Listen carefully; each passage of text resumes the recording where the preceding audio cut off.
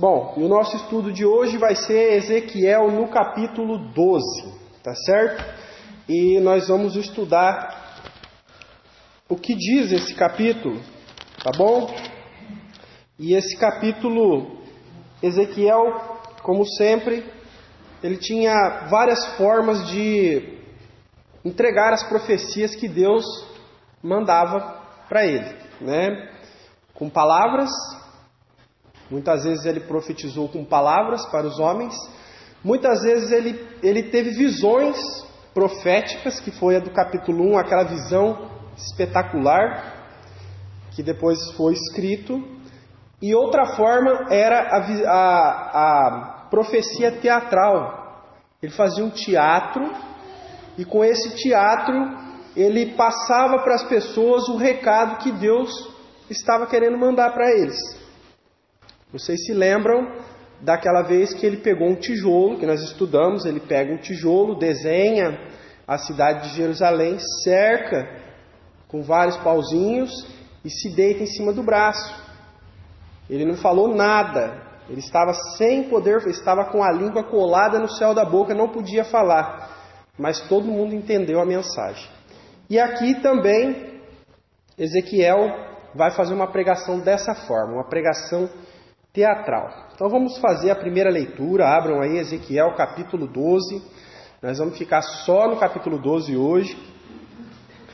Então vamos ler o versículo 1 e 2. E veio a mim a palavra do Senhor dizendo: Filho do homem, tu habitas no meio da casa rebelde, que tem olhos para ver e não vê, e tem ouvidos para ouvir e não ouve, porque é casa rebelde.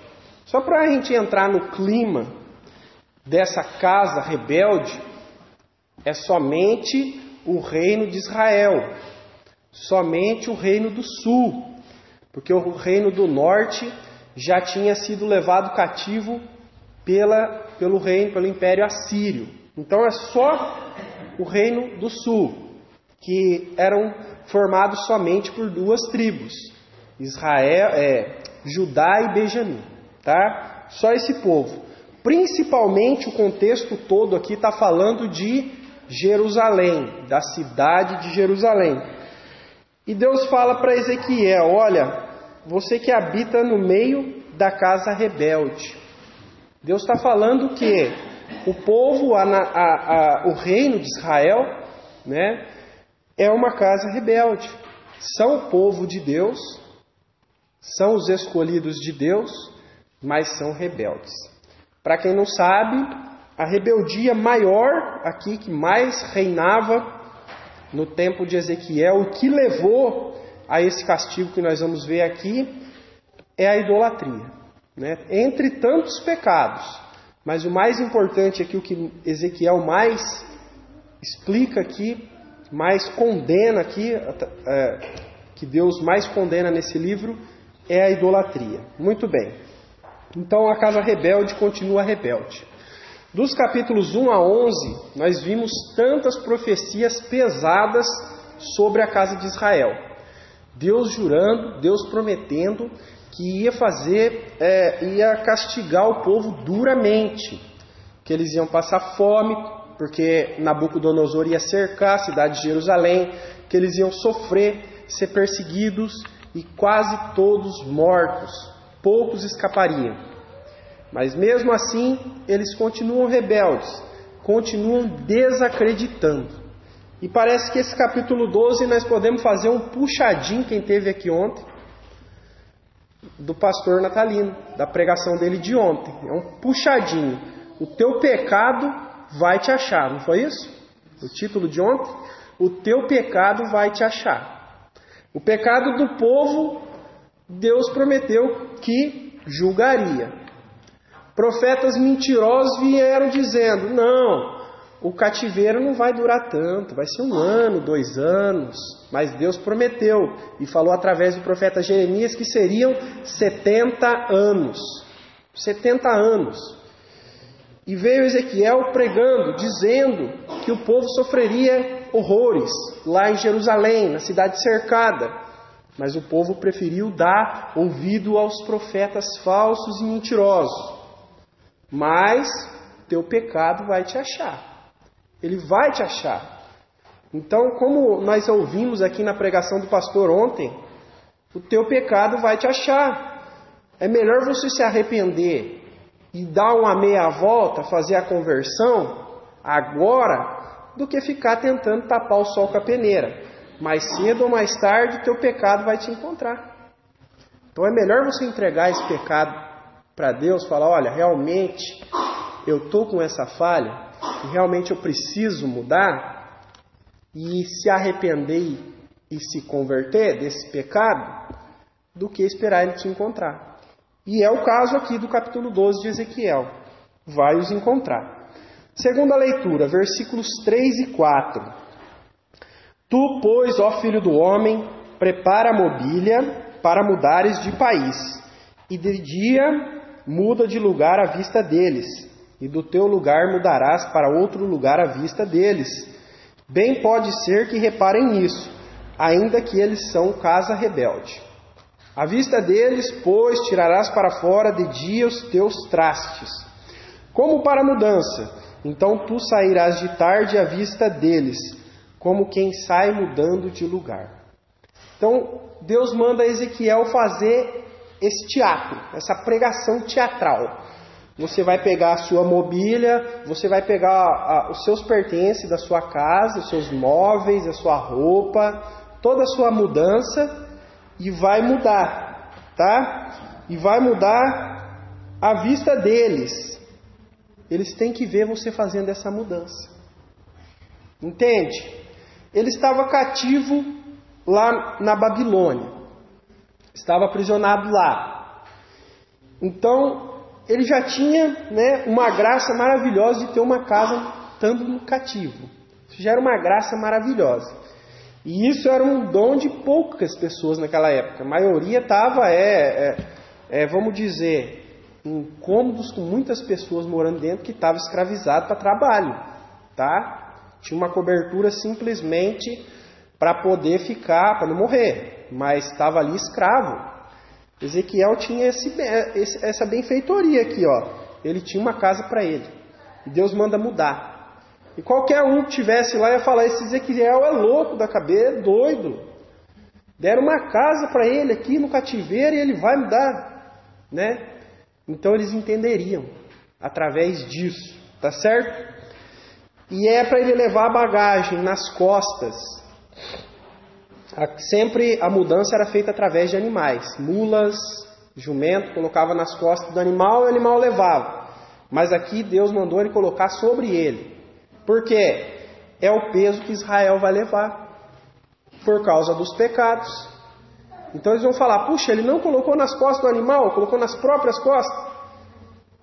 Então eles iam entender que esse era o peso do pecado deles. E que eles iam carregar. E quem teve aqui naquela pregação de que ele fica deitado 300 e poucos dias em cima do braço, vai saber melhor ainda o quanto que esse peso é um fardo, quanto que é um fardo pesado, que ele ficou 300 e não sei quantos dias em cima do braço, tá? E o povo não acredita, mas eles iriam sim para o exílio. Eles não acreditavam. Por quê? Nós estamos na cidade santa, no Monte Sião, na cidade escolhida por Deus, Jerusalém. Nós temos o templo aqui que Deus mandou construir, que é construído conforme a vontade de Deus. Temos os profetas, temos os sacerdotes, os levitas, o sumo sacerdote. Vê lá mesmo que alguém vai tirar nós daqui? Nunca, né? Então, por esses motivos, pela arrogância, achavam que ninguém vai tirar nós daqui. Mesmo com pecado, mesmo com falha, nós vamos continuar aqui, porque nós temos esse poder. Mas não é isso que Ezequiel vinha pregando para eles há tempo. Aqui, nesse ponto aqui, já fazia mais de 3 anos e meio que Ezequiel estava pregando essa mensagem, que eles seriam levados cativos e que eles iriam sofrer. Vamos lá no capítulo 3, 4 a 7 de Ezequiel, para recordar os estudos passados. Deus falando através de Ezequiel, olha lá. E disse-me: filho do homem, vai, entra na casa de Israel, diz-lhe as minhas palavras, porque tu não és enviado a um povo de estranha fala, nem de língua difícil, mas à casa de Israel. Nem a muitos povos de estranha fala e de língua difícil, cujas palavras não possas entender. Se eu aos tais te enviara, certamente te dariam ouvidos. Mas a casa de Israel não te quererá dar ouvidos, porque não me querem dar ouvidos a mim. Porque toda a casa de Israel é de rosto obstinado e dura de coração. Teu pecado vai te achar. Não quiser dar ouvidos. Deus falou, você vai pregar essa mensagem para eles, essa mensagem dura, de condenação, de sofrimento, de pagamento, de retribuição pelo pecado deles. Mas eles são duros de rosto, tem uma fronte obstinada. Ao invés de se abrir o coração, de estar receptivo a essa mensagem, eles vão ficar com uma fronte obstinada, duros de rosto e de coração, e não vão receber essas palavras. Mas mesmo assim, eu vou cumprir aquilo que eu prometi pelos meus servos, E não é mole não. Vamos lá, voltando lá em Ezequiel 12, tá? Versículos 6 e 7. Continua a pregação teatral. Continua o teatro aqui. Vamos lá. 6 e 7 não. 5 a 7, Vamos lá. Nós lemos 3 e 4. Tá certo. 5 a 7. Escava para ti à vista deles a parede e tira-os para fora por ali. À vista deles, aos ombros os levarás, às escuras os tirarás, e cobrirás a tua cara, para que não vejas a terra, porque te dei por sinal maravilhoso a casa de Israel. E fiz assim, como se me deu ordem, os meus trastes tirei para fora, de dia, como para mudança. Então à tarde escavei na parede com a mão, às escuras, e os tirei para fora, e aos ombros os levei à vista deles. Mais um detalhe dessa mudança. Ele não sairia pela porta, Quem é que vai fazer uma mudança e vai abrir um buraco na parede para tirar suas coisas?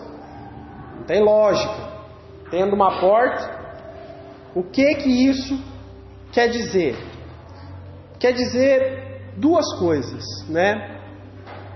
Que o povo, primeiro, que o povo ia fazer isso. O rei Zedequias, que era o rei desse tempo, ele fez isso.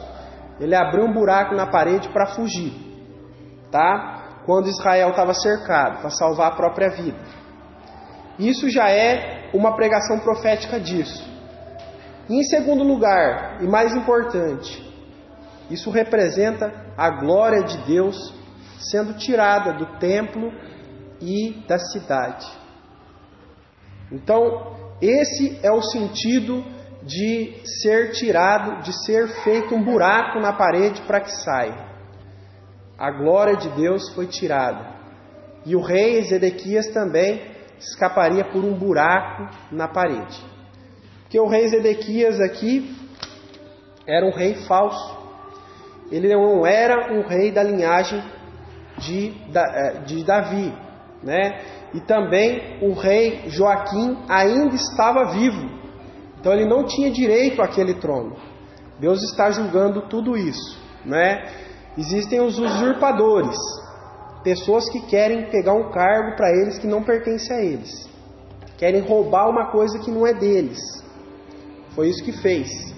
Por isso que cada um tem que estar feliz com a posição que Deus te dá. Cada um de nós, Deus colocou num lugar, Deus deu uma posição. Então não temos que estar olhando o que o outro tem, o que o outro faz, aonde o outro está, se ele está para cima, se ele está para baixo, se ele está no meio. Temos que olhar a nossa posição, onde nós estamos, e ali agradecer ao Senhor por aquilo que Ele nos deu e fazer jus àquilo. Fazer por merecer aquilo que Deus nos deu. Às vezes você pode achar que você tem um trabalho humilde, às vezes você pode achar que você tem uma posição humilde, você queria mais. Esteja feliz com o que Deus te deu, Zedequias tomou a posição de rei, a posição mais importante na casa de Israel. mas vai pagar caríssimo por isso. Nós vamos ver aqui hoje. Então, não usurpe. Também não inveje aquilo que o outro tem. Esteja feliz com aquilo que Deus te deu. Já é muito. Nem isso nós merecemos. E outra coisa aqui que a gente tem que ver. À vista dele, versículo 6. À vista deles, aos ombros, levarás e cobrirás a tua cara para que não vejas a terra. Cobrirás o teu rosto. Ele ia colocar uma venda nos olhos. Um pano. Amarrar um pano no olho. Isso também simboliza aí o castigo do rei Zedequias. Ele foi castigado dessa forma. Então, muito desse teatro está falando do rei. E é o que nós sempre falamos nas profecias aqui de Ezequiel. Deus castiga toda a nação. Se a nação está em pecado, Deus vai castigar ela inteira. Mas o maior castigo vai vir sobre os líderes. Então, quem está na posição de liderança tem uma responsabilidade maior. Por isso que não é bom você desejar isso para você. Às vezes você quer aquela posição de liderança, quer estar lá em cima comandando tudo, mas o peso maior é sobre você, sobre quem está na liderança. É maior a cobrança. E aqui a cobrança em cima de Zedequias. Vamos lá no segundo livro dos reis. Segundo livro dos reis, no capítulo 25. Nós já lemos essa passagem aqui nos estudos em Ezequiel, mas vamos recordar. Qual foi o peso? E por que Deus mandou que Ezequiel colocasse uma venda nos olhos? Já ia ter que abrir um buraco na parede, passar por um buraco na parede, carregar a mudança nas costas, e ainda com os olhos vendados. Difícil, né? Mas vamos ver aqui. Capítulo 25 do segundo livro dos reis, versículos 5 a 7. Porém, o exército dos caldeus perseguiu o rei Zedequias aqui, tá? E o alcançou nas campinas de Jericó, e todo o seu exército se dispersou. E tomaram o rei, e o fizeram subir ao rei de Babilônia a Ribla, e procederam contra ele. E os filhos de Zedequias degolaram diante dos seus olhos, e vazaram os olhos a Zedequias, e o ataram com 2 cadeias de bronze, e o levaram a Babilônia. É um castigo pesado. Foi capturado, ele vazou por um buraco na parede também, foi capturado nos montes, já estudamos isso, foi levado a Babilônia. Chegou lá, os filhos dele foram mortos na frente dele. Ele teve que assistir essa cena horrível. E depois disso ele teve os olhos vazados. Se eu estivesse lá, eu ia falar, tenha misericórdia de mim, vaza meu olho primeiro. Né? Preferia ficar cego do que ver meu filho morrendo. Então esse é o peso. Esse é o pecado que ele fugiu, que chegou até ele de novo. Que o caçou e o encontrou. Tá? E toda essa fúria aqui, para a gente contextualizar o livro de Ezequiel, toda essa fúria de Nabucodonosor é porque Zedequias foi procurar ajuda lá na terra do Egito. Achou que se ajuntando com o Egito, ele escaparia. Mais uma lição importante para nós. Às vezes a gente quer se aliar com umas pessoas, mudar um pouco o nosso comportamento, nossa índole, a nossa essência, para tirar uma vantagem, se unindo a uma pessoa. Achando que com isso eu vou ter uma posição melhor, eu vou conseguir alguma vantagem. Mas Deus, Ele quer que você confie somente nele. Devemos confiar somente no Senhor. Não, eu vou me aliar com o meu patrão, porque assim ele vai me promover. Vamos falar aí no popular, vou puxar o saco bastante, que ele vai me promover. Aí eu vou chegar onde eu quero. Eu vou me aliar com ele. Aqui, aquelas piadas sujas que ele conta, eu vou dar risada, eu vou contar também. Aquelas coisas erradas que ele faz, eu vou fazer também para agradar ele. É isso que Deus espera do crente? Não. Eu vou viver na posição que Deus me deu. Se ele não quiser me promover, não tem problema, porque o meu reino não é desse mundo. Né? A nossa recompensa não é desse mundo. Esse mundo vai passar. A nossa recompensa é no porvir. Tá bom? Vou até sair fora aqui do esquema aqui, né? Muito bem, né? Então, Ezequiel obedeceu e fez tudo isso. Tá certo? Do jeito que Deus mandou e todo o povo viu. Uma pregação que eu fiquei aqui quase 20 minutos explicando isso. Ezequiel simplesmente abriu um buraco na parede e saiu com uma mala nas costas e com o olho fechado. E o povo todo entendeu. Quem foi sábio? Quem tinha o coração que buscava sabedoria entendeu. Quem não buscava sabedoria, buscava loucura, mais tarde entenderia. Que tudo aquilo ia acontecer em pouco tempo depois disso, tá? E é o que nós vamos ver nos estudos, nos próximos estudos. Vamos lá, quinta leitura de Ezequiel 12, versículos 6 e 7. Não, 6 e 7 nós já lemos, né? Ou não? Não, né? À vista deles, eu estou totalmente perdido aqui, ó. É isso mesmo. Tá certo. O 6 e 7 nós vamos ver depois ali, tá? 8 a 13, vamos lá. E veio a minha palavra do Senhor pela manhã, dizendo: Filho do homem, não te disse a casa de Israel, aquela casa rebelde que fazes tu? Agora sim é por palavra mesmo. Agora não tem mais teatro. Dize-lhes, assim diz o Senhor Jeová, esta carga refere-se ao príncipe em Jerusalém e a toda a casa de Israel que está no meio dela.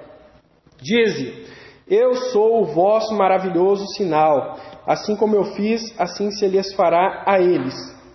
Para o exílio irão cativos. E o príncipe que está no meio deles levará aos ombros e às escuras os trastes e sairá.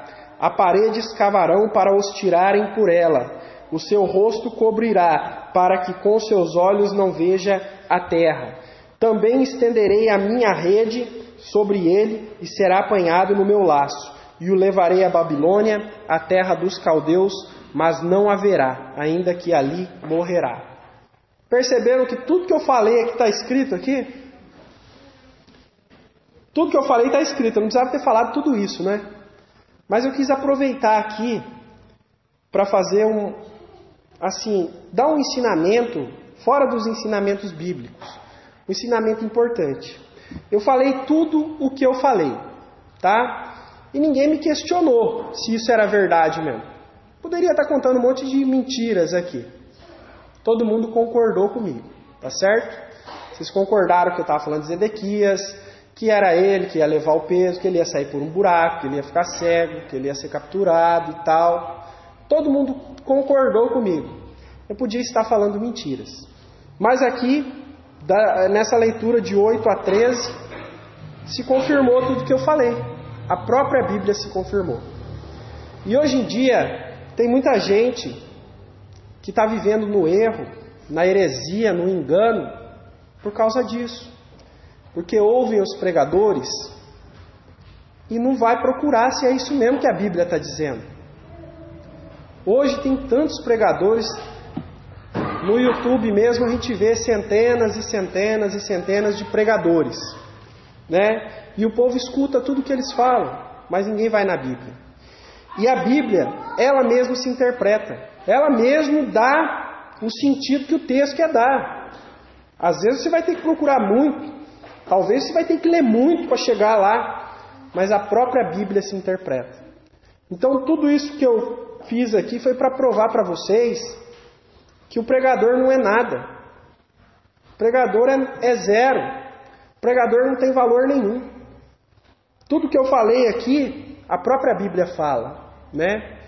Deus só está me dando esse espaço para dividir esse conhecimento com os irmãos.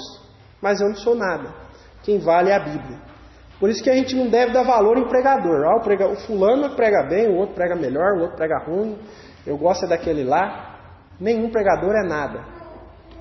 O pregador ele só tem que ser grato, porque Deus teve a bondade, a graça de querer usá-lo. É só gratidão, né? E a própria Bíblia se interpreta. Então qualquer dúvida, Onde você vai buscar a resposta? Dentro da Bíblia mesmo, ela vai ter a resposta.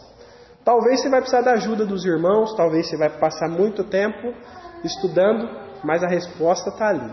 É só você abrir o seu coração e você vai encontrar. Então aqui, né, tudo isso que nós lemos, Deus já está dando aí para Ezequiel e para o povo a interpretação de todo aquele teatro que foi feito, né? Tudo aquilo é o castigo de Jerusalém pelos seus pecados, o castigo principalmente em cima do rei Zedequias por ser um rei falso, um rei que era usurpador do trono, o trono não pertencia a ele, porque o rei Joaquim ainda estava vivo. Foi colocado no trono não pela vontade de Deus, mas pela vontade de Nabucodonosor, né?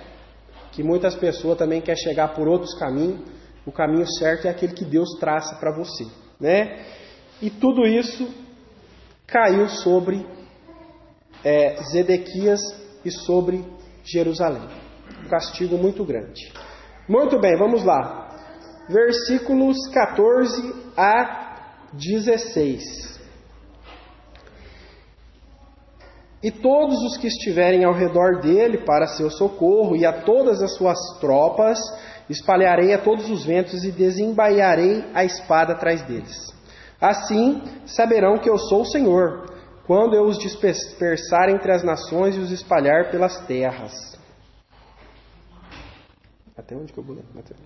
Mas deles deixarei ficar alguns poucos, escapos da espada, da fome e da peste, para que contem todas as suas abominações entre as nações para onde forem, e saberão que eu sou o Senhor. Provando aqui que não é só em cima do rei. Em cima do rei era o castigo mais pesado, mas em cima de todo o povo.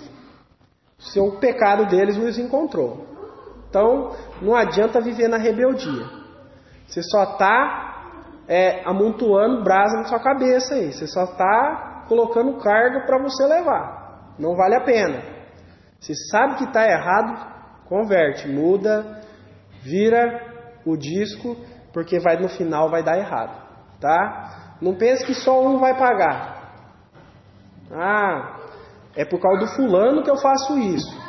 Eu estou nessa rebeldia por causa dele. Tá? Ele vai ter o castigo dele e você também. O melhor é a obediência, né? Como diz lá no Novo Testamento, não sei aonde, mas os irmãos conhecem. Sujeitai-vos a Deus, resisti ao diabo e ele fugirá de vós. Obediência é o melhor remédio, né? A melhor solução para escapar da ira de Deus. Obediência. Muito bem, vamos lá. 17 a 20. E outra coisa aqui também que é interessante a gente falar, é que no versículo 16, bem no finalzinho, fala que os que escaparem ficarão perdidos entre as nações, né? E eles vão contar. Por que você não está? Porque você é israelita? O que você está fazendo aqui no meio de nós? Eu fugi de lá, porque cercaram tudo e foram matar todo mundo. Eu consegui escapar, estou aqui, né? E por que aconteceu tudo isso? Por causa do meu pecado. Porque o meu Deus me castigou. O meu Senhor me castigou. Então, até no castigo, o nome de Deus é exaltado, né? Então, das varadas também a gente não pode reclamar. Até nisso, o Senhor é louvado. Vamos lá. 17 a 20. Então veio a mim a palavra do Senhor, dizendo: Filho do homem, o teu pão comerás com tremor, e a tua água beberás com estremecimento e com receio. E dirás ao povo da terra: Assim diz o Senhor Jeová acerca dos habitantes de Jerusalém na terra de Israel. O seu pão comerá com receio, e a sua água beberão com susto, pois que a sua terra será despojada da sua abundância por causa da violência de todos os que habitam nela. E as cidades habitadas serão desoladas, e a terra se tornará em assolação, e sabereis que eu sou o Senhor. A cidade ficou cercada por 2 anos. Nabucodonosor cercou, fechou as portas, não entra água, não entra comida, não sai comida. E o povo passou muita fome naquele tempo, né? E nós estudamos, nós falamos disso, né? Que Ezequiel, Deus mandou para ele cozinhar 2 pães. Eu não lembro onde que está aqui agora, viu? Mandou ele cozinhar 2 pães. E mandou que esses pães fossem assados em esterco humano. Isso foi Deus que mandou Ezequiel fazer, tá? Agora eu não estou vendo mais onde está aqui, mas tudo bem. Deus mandou Ezequiel fazer uma panela, pegar esterco humano, tá? Cocô, tá bom? Para quem não entende. Pôr fogo e assim cozinhar, assar o pão. E Deus falou para ele, olha, Ezequiel falou para Deus, Senhor, eu nunca comi coisa imunda. Capítulo 4? Oh, obrigado. Vamos ler então. Vamos ler. Capítulo 4, versículo 12. E o que comeres será como bolo de cevada, e o cozerás com o esterco que sai do homem, diante dos olhos deles. E disse o Senhor, assim comerão os filhos de Israel o seu pão imundo, entre as nações para onde serão lançados. Então disse eu, Senhor Jeová, eis que a minha alma não foi contaminada, porque nunca comi coisa morta nem despedaçada, desde a minha mocidade até agora, nem carne abominável entrou na minha boca. E disse-me, vê, tenho-te dado esterco de vacas, em lugar de esterco de homem, e com eles preparará o teu pão. Então, percebe que em outra pregação teatral de Ezequiel, foi mandado ele fazer isso. Assar pão com esterco humano. Olha só, imagina que coisa horrível. Alguém ia querer comer um pão desse? E o esterco humano é tão ruim, tão péssimo, né? Tem gente que se acha, né? Maravilhoso, lindão, bonitão, né? Top model. Mas o esterco humano é tão ruim que Ezequiel rejeita e Deus fala, tudo bem, então vai o de vaca. Até o de vaca é melhor que o nosso. Nós somos mais contaminados que os animais, né? Que além da contaminação física, ainda tem a espiritual. E essa passagem é uma ligação daquela. Deus prometeu que eles iam comer esse pão, o pão deles com tremor, com dor, com angústia, com necessidade, com sofrimento, né? Então por isso que tinha que assar o pão com esterco. Porque seria horrível comer aquilo, mas ele ia ter que comer, senão ia morrer de fome. E o cerco na cidade de Jerusalém trouxe isso mesmo. Muita fome, o povo sofreu. A fome era tanta que em outros livros, nós não vamos discorrer para o tempo, conseguir finalizar no tempo, mas as mulheres cozinhavam os próprios filhos para comer, de tanta fome que passaram ali o povo. Vocês veem que a consequência do pecado é algo terrível, é algo terrível. Por isso que o pecado não pode ficar na sua vida. Nós já somos salvos pelo sangue de Cristo, amém. Já temos a nossa entrada garantida no céu, amém, já temos. Mas nós temos que buscar a nossa santificação a cada dia. A cada dia. Buscar melhora, abandonar, porque as consequências são pesadas do pecado. A consequência é má, é dolorosa. Você não vai perder sua salvação? Não, não vai. Mas você vai sofrer demais. Então é melhor estar debaixo da proteção de Deus, da mão de Deus, na obediência, reconhecer os seus erros, olhar para dentro de si. Não é eu que vou apontar o erro de alguém. Hoje eu não estou aqui para apontar o erro de ninguém, o pecado de ninguém. Hoje eu estou aqui para apontar o meu. Hoje meu dedo está virado para mim, olhando para dentro de mim e ver aonde que eu preciso mudar, porque eu não quero passar por isso. É claro que nós não vamos passar com essa intensidade aqui que passou o povo de Israel. Mas eu não quero passar por sofrimento por uma coisa que simplesmente eu poderia falar assim, realmente isso está errado, reconheço e quero mudar. Está difícil de mudar? Senhor, me ajuda. Eu quero abandonar esse vício, eu quero abandonar esse pecado, eu quero abandonar esse erro, porque eu não quero, ser corrigido. E a correção do Senhor às vezes é dura. E às vezes o crente até desmaia, na correção, porque não suporta. Mas o pecado ele suporta. O que é errado ele suporta viver, E às vezes a correção ele não quer suportar. E aqui, dos versículos 17 a 20, foi isso. Uma fome tremenda lá na cidade de Jerusalém. Cidade cercada por 2 anos. Não é? Terrível, né? Cerca Santa Cruz do Rio Pardo que 2 anos. Vai chegar uma hora que não vai ter mais nem galho do pé de mangueira, que eles vão comer tudo, até o galho. Não vai chegar uma hora que vai acabar. Então foi assim que o povo sofreu. Por causa do quê? Dos próprios pecados. Muito bem. Versículos 21 a 25. Mais profecias de condenação.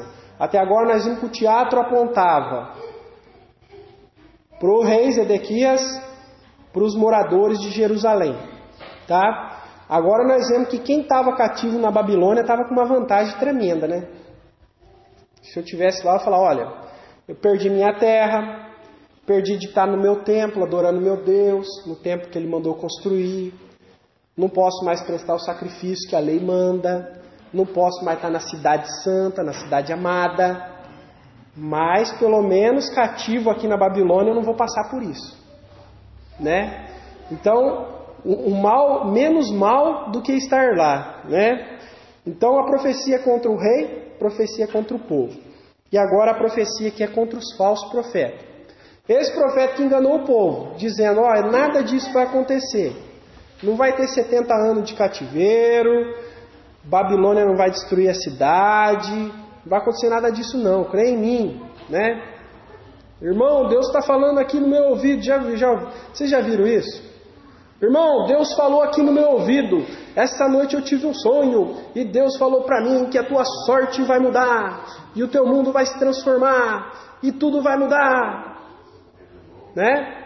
Tem alguma semelhança com esses falsos profetas do passado? A verdadeira profecia é a que está na Bíblia.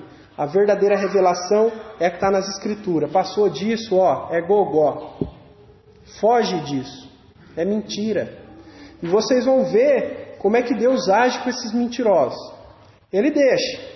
Aqui eles enganaram o povo por muito tempo, na época de Ezequiel. Mas uma hora Deus vai cobrar. Deus vai cobrar. Por isso que nós temos que andar na verdade, na justiça. Se não sabe, não fala, fica quieto. E se vai falar, saiba da responsabilidade que você tem de falar. Tá? Vamos ler, versículos 21 a 25. E veio ainda a mim a palavra do Senhor, dizendo, Filho do homem, que ditado é este que vós tendes na terra de Israel, dizendo, prolongar-se-ão os dias e perecerá toda a visão? Portanto, dize-lhes assim, diz o Senhor Jeová, farei cessar este ditado, e não se servirão mais deles como provérbio em Israel. Mas dize-lhes, chegaram os dias e a palavra de toda visão, porque não haverá mais nenhuma visão vã, nem adivinhação lisonjeira no meio da casa de Israel. Porque eu, o Senhor, falarei a palavra que eu falar, se cumprirá, não será mais adiada. Porque em vossos dias, ó casa rebelde, falarei uma palavra e a cumprirei, diz o Senhor Jeová. Viram? Não vai ter mais adivinhação em Israel, não vai ter mais esse lero-lero, não vai ter mais profeta falso pregando o que vocês querem escutar. Tá certo? Seria muito bom eu estar aqui pregando bênção, né? Vocês vão receber a bênção que vocês estão pedindo, vocês vão ser abençoados, vocês vão alcançar aquilo que vocês almejam. Eu ia ser aplaudido, eu ia sair dali e receber vários abraços, apertos de mão, tá? Mas não é isso que Deus quer falar na palavra dele.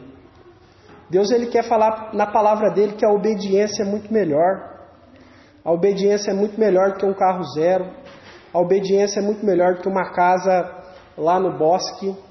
A obediência é muito melhor que uma posição alta. A obediência é muito melhor. Porque as coisas dessa vida são passageiras. Logo elas acabam. Mas o seu relacionamento com Deus vai durar para sempre. E aquilo que Deus tem para você, você não deve esperar para essa vida. É para a próxima. Às vezes foi o mesmo que aconteceu comigo quando eu cheguei aqui na Igreja Batista. Eu vim aqui buscar a minha bênção. A minha bênção para essa vida. Mas eu descobri que tinha um tesouro muito maior aqui. Tinha uma bênção muito maior que valia muito mais, que era Cristo. E eu conheci a Cristo e eu recebi o maior tesouro que pode existir, a salvação. Tem riqueza maior que essa? Saber que partindo desse mundo vou estar com Cristo, vou estar livre do inferno e da condenação? Existe algum tesouro mais valioso do que esse? E tanta gente rejeita e joga fora por causa de um carro, que amanhã ou depois o ladrão monta dentro e ó, tchau. Que amanhã ou depois capota e não serve mais para nada, é um monte de lata amassada. Mais importante é a salvação. E todos têm que buscar, todos têm que aceitar, né? Fiquei tão feliz quando a irmã Isabela se converteu, fez a profissão de fé, procurou o batismo, tão jovem, olha, maravilha, novinha, entregou a vida dela ao Senhor. Olha que tesouro maravilhoso que você ganhou, não foi, irmão? Tesouro mais precioso que Deus te deu. É a maior bênção que você podia receber, né? A maior bênção. E tem tanta gente procurando porcaria nesse mundo. Vamos terminar aqui Ezequiel 26 a 28. Veio mais a mim a palavra do Senhor dizendo: Filho do homem, eis que os da casa de Israel dizem: a visão que este vê é para muitos dias, e ele profetiza de tempos que estão longe. Portanto, dize-lhes: assim diz o Senhor Jeová, não será mais adiada nenhuma das minhas palavras, e a palavra que falei se cumprirá, diz o Senhor Jeová. Muito bem, a palavra que Deus prometeu vai se cumprir apressadamente. Não é coisa escatológica, né? Os falsos profetas falavam para isso é coisa escatológica, é lá para o tempo do fim, tá? Não é para hoje, não, é para hoje. Né? E foi. E vai acontecer, que isso nós vamos ver nos próximos estudos.